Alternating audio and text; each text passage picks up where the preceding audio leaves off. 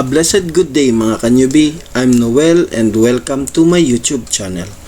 In today's video tutorial, I will share to you a simple tutorial on how to hide and very hidden worksheet tabs in Excel. But before we start, if you are new here in my YouTube channel or not yet subscribed, please don't forget to like, subscribe, and hit the bell button icon for updated weekly educational video tutorials. Now, let's start.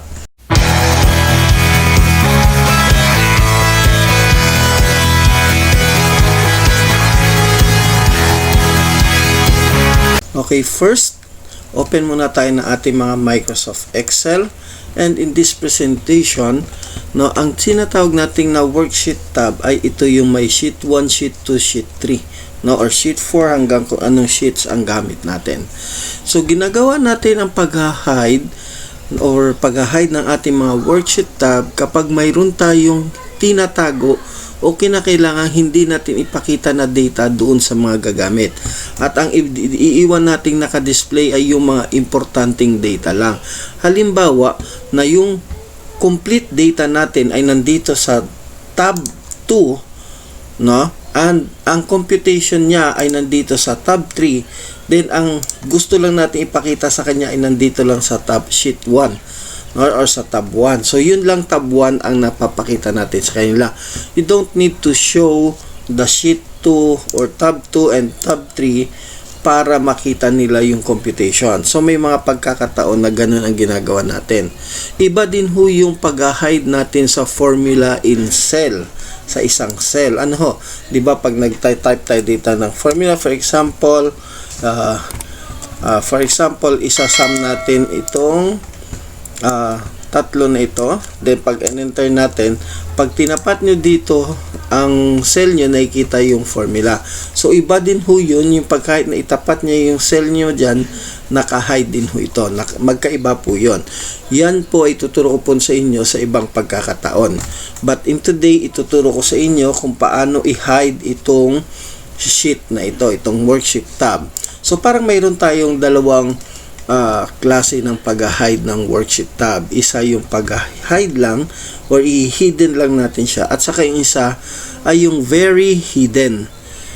Okay, kung ano yung pagkakaiba nila, ganito po yun. Okay, for example, dito sa sheet 3, ilalagay ko po siya sheet 3 para makita natin ang ipagkakaiba. Dito sa sheet 2, susulat ko rin sheet 2. And dito sa sheet 1, tatype din natin sheet 1. Okay.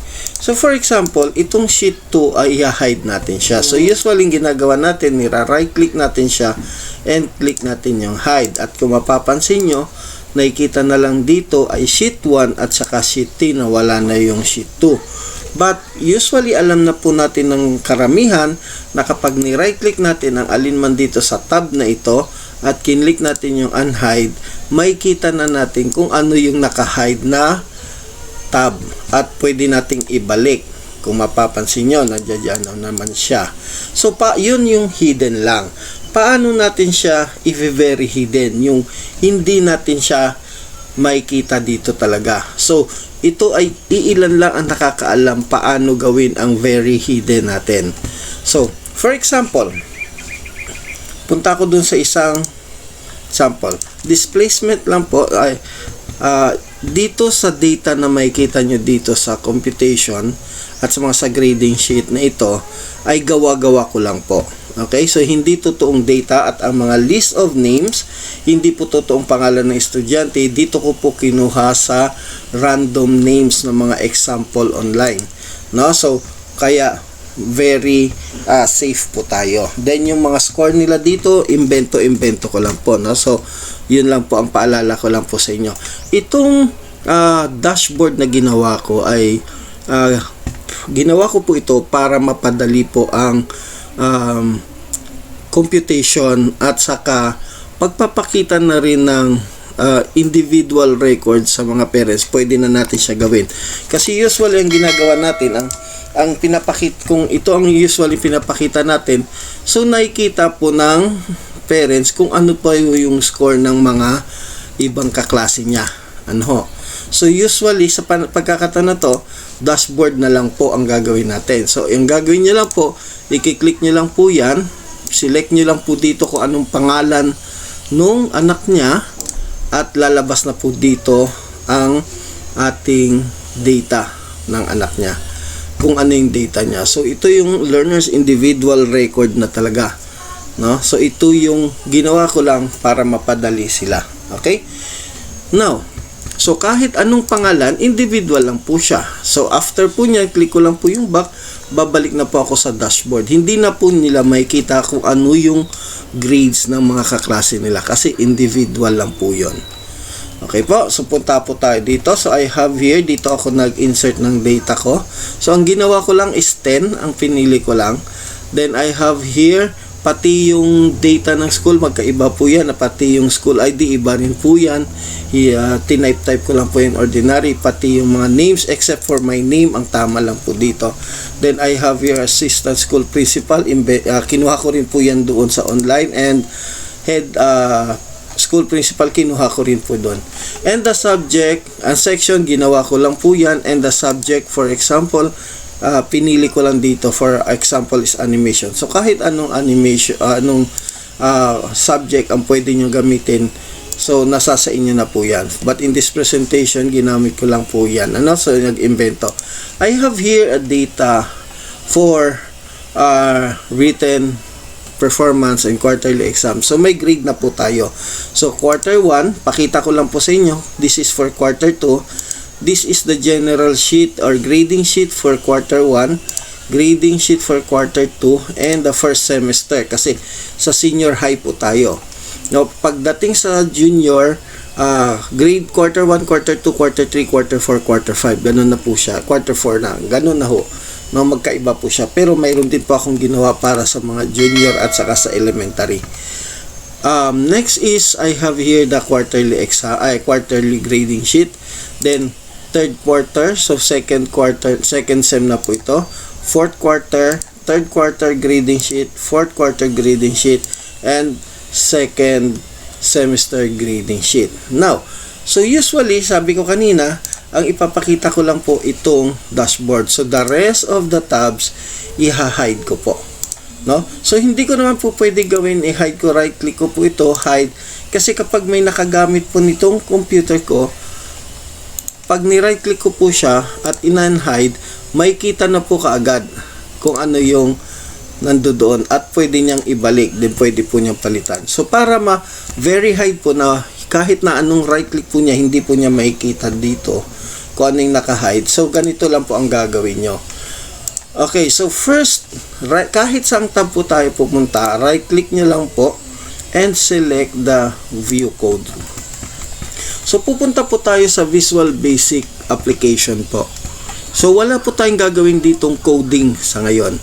So, dito, sa taas, ito yung mga project natin. Ito yung Sheet 1, Sheet 2, Sheet 3, Sheet 4, hanggang kung anong sheets ang nalagay natin. Okay? So, dito sa baba, iselect nyo lang po kung ano yung sheet na i-hide natin. So, for example, ang nakapangalan, kaya dapat i-close ko muna, dapat tandaan nyo kung ano yung mga nakapangalan dito. Gaya nito, pinalitan na natin kasi hindi gaya dito sa una natin example, sheet 1, sheet 2, sheet 3. So dito mayroong mga pangalan na, so i-close ko muna ito para hindi ako malito. Okay, so don't save na natin now. So at least nagkaisa na lang. Okay, so dashboard ang iiwan ko, the rest i-hide ko. So right click ko lang ulit, view codes, then dito i-hide ko lang except itong dashboard. So i-click nyo po ito, unahin ko itong sheet 1, then dito po sa baba sa another worksheet, dito sa Visual Basic, may kita po kayo dito in alphabet, nakategorize po siya. And dito po sa baba nakasulat po ang visible. Select nyo lang po itong right side nya at piliin nyo lang po yung very hidden. Ito po yung hidden lang, then very hidden yung sumunod. I-click nyo lang po yan, and of course click save. But before you click the save, make it sure nakasave din po kayo sa Excel, ha. bago tayo pumunta rito. Okay, next, then after po yan, punta tayo dito sa pangalawa. Palitan din po natin ito ng very hidden. Next, dito naman, palitan po natin siya ng very hidden. Next, second sem, very hidden. And individual, iwan muna natin si individual. Itong quarter 1, very hidden. Then, dito sa kabila, very hidden ulit.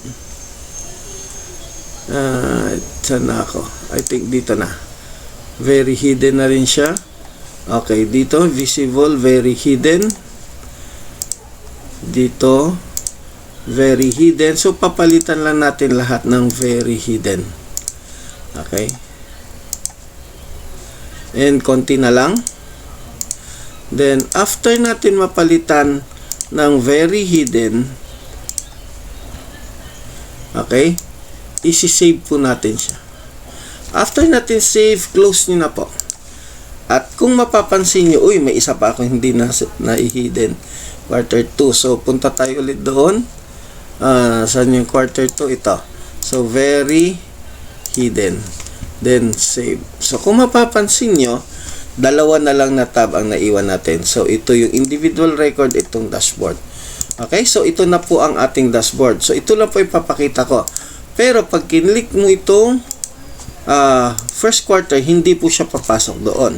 Kaya iniwan ko tong individual record para ito lang po ang ipapakita ko sa parents pag nagtatanong sila. For example, kukunin na po niya yung card. Nagtatanong po siya bakit po ganito ang grade ng anak niya. So piliin niyo lang po kaya ipakita niyo itong data na ito sa parents. Pag kinlik po ng pangalan, automatic po yan magpapalit po ng data, kung anong data po siya. So halimbawa, ang pangalan po ng anak niya ay itong Douglas Olson. Mapapansin nyo, lahat po yan magbabago. Okay? Kaya nasa sa inyo po kung ano po ang gagawin nyo, no? So at least ito lang data ang nakikita ng parents, hindi po lahat ng data. So dito wala na rin pong nakakakita dito. Kahit na i-right click nyo po yan, wala na pong unhide dito na nakakita kasi very hidden na po siya. Madalang lang po ang nakakaalam ng paano gawin ang very hidden. So ngayon sa mga nanonood ng video na tutorial ko, at least alam niyo na kung paano gawin ito. That's it mga ka-newbie. Sana meron na naman akong naibahagi sa inyo na bagong kaalaman, at para sa mga susunod na video tutorial, mag-subscribe to this channel and click the bell button icon para sa mga updated video tutorial. If you have any comment, suggestion, don't hesitate to comment below. See you mga ka-newbie. Hanggang sa muli. God bless and stay safe.